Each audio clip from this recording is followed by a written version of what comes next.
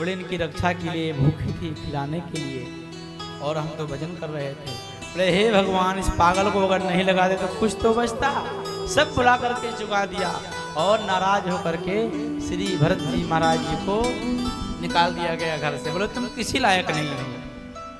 बोले बड़ी कृपा हुई, यहाँ कुछ ना कुछ झंझट रहता है गृहस्थी में, चलो अब कहीं भी रहेंगे, जहाँ मिलेगा खाएंगे, भगवान का भजन करेंगे। अब जंगल में जा करके और भजन करने लग गए, क्योंकि जड़ भरत जी महाराज के जीवन का एक ही उद्देश्य था, खाली भगवान का भजन करना। और जंगल में टहल रहे थे, उसी समय जंगल के एक डाकू जो सरदार था, उसने माना था कि मेरे कोई पुत्र संतान हो जाए तो मैं नर बलि दूंगा। ये तो जा रहे थे अपने मस्ती में भगवान का नाम लेते हुए, और तो कोई मिला नहीं, यही मिल गए। बोले चलो, बोले चलो, बोले कहाँ? बोले मेरे सरदार ने बुलाया। बोले चलो, क्या दिक्कत है, चल दिए। वहां पर इनको ले जा करके विधि विधान से इनका पूजन पाठ हुआ, बढ़िया स्नान कराया गया, जान भी रहे हैं, जयमाला पहनाया गया, सब चकाचक खिलाया गया, और बोले झुक जाओ। वो जान रहे कि मेरी बलि होने जा रही है, फिर भी आज झुक गए। जैसे ही तलवार को निकाल करके मारने के लिए उद्यत हुए काली मैया के सामने, तो काली मैया की मूर्ति चटक से चटक गई। काली मैया प्रकट होकर के तलवार को पकड़ करके सबका वध करके उसका रक्षा की। बोल श्री भक्तवत्सल भगवान की जय। क्योंकि ये परम भक्त हैं और काली मैया के सामने अगर इनका वध हो जाता तो फिर क्षमा नहीं करते भगवान। हम कहीं भी पूजा करते हैं, कुछ भी करते हैं, सब प्रथम अगर श्लोक बोला जाता है तो वह भगवान का नाम होता है। मंगलम भगवान विष्णु मंगलम गरुड़ध्वजा मंगलम पुंडरीकाक्षा मंगलाय तनो। इसके बाद में आचमन जितना भी क्रिया, फिर गणेश जी का और प्रणाम किए। ये भी नहीं बोले कि बड़ा कृपा है, क्योंकि भगवान के हैं। जो भगवान का हो गया उसके जीवन में किसी का कोई काम नहीं।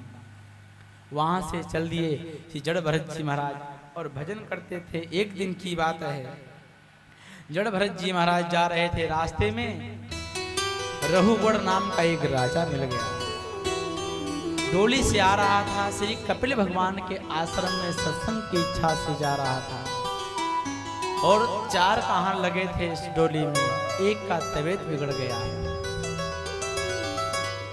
इसके बाद में जब तबीयत बिगड़ गया, राजा ने कहा यहाँ तक मेरी राज है, इसलिए किसी को पकड़ के लगा दो।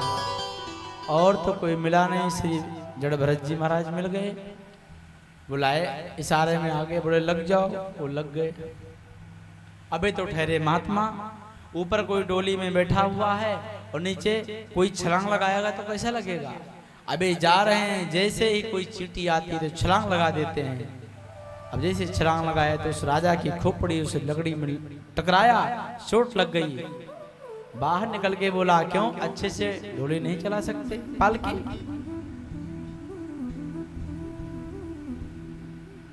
महाराज के जो सैनिक थे उन्होंने कहा महाराज मैं तो अच्छे से चला रहा हूँ, जो अभी अभी नया नया लगा है ये अच्छे से नहीं चल रहा है। आगे एक चींटा आ गया, फिर छलांग लगा दिए।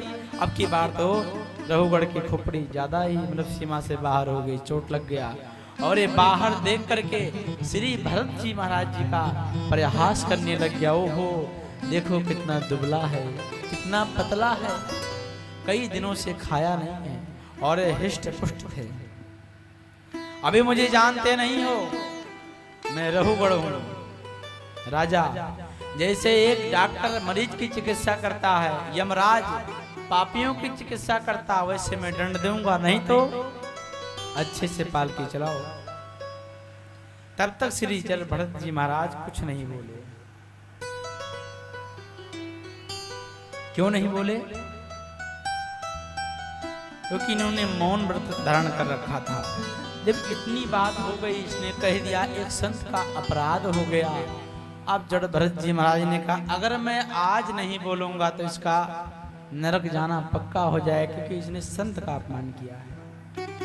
हरिहर निंदा सुनई जो काना, लगे पाप गव घात समान।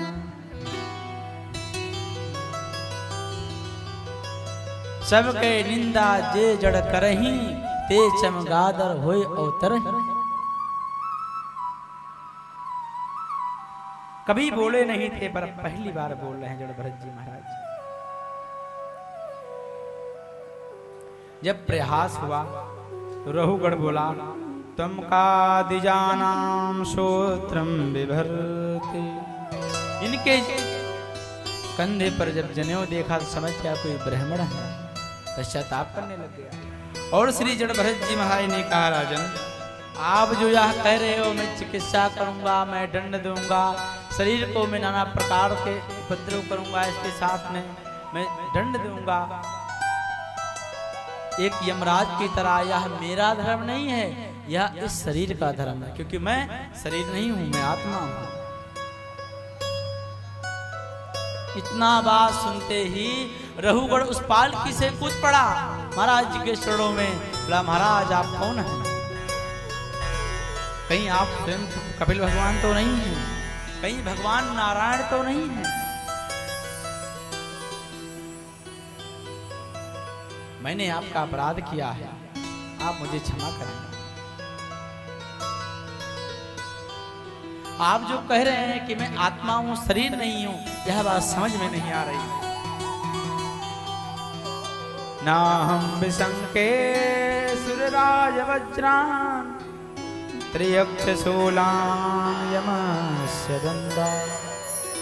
मैं इंद्र के वज्र से नहीं डरता, रुद्र के त्रिशूल से नहीं डरता, यमराज के पांच से नहीं डरता।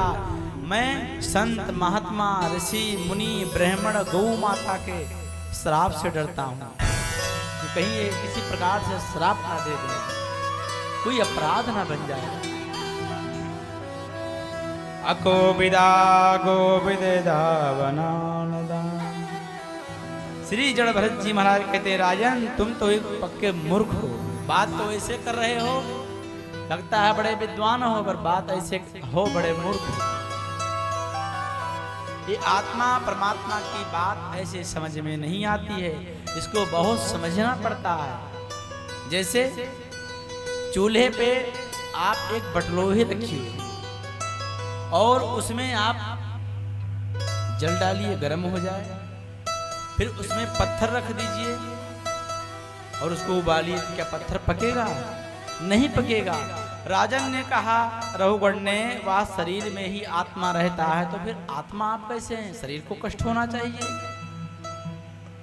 रहुगढ़ ने कहा, राजन जैसे उस प्रकार से वह पत्थर नहीं पक सकता, उसमें कोई प्रभाव नहीं हो सकता, वैसे इस शरीर में आत्मा रहती तो जरूर है, पर शरीर का धर्म शरीर का धर्म है, आत्मा का धर्म आत्मा का। क्योंकि आत्मा ना मरती है, ना जलती है, ना कटती है, ना उड़ती है, ना गलती है, क्योंकि आत्मा परमात्मा में विलीन हो जाती है।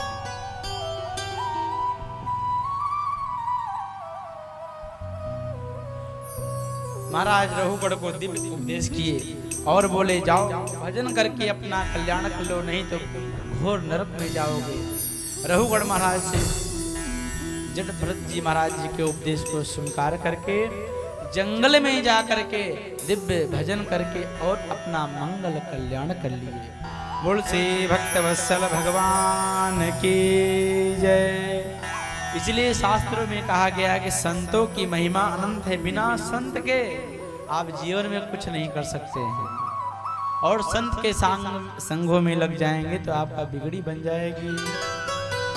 अरे संतन के संग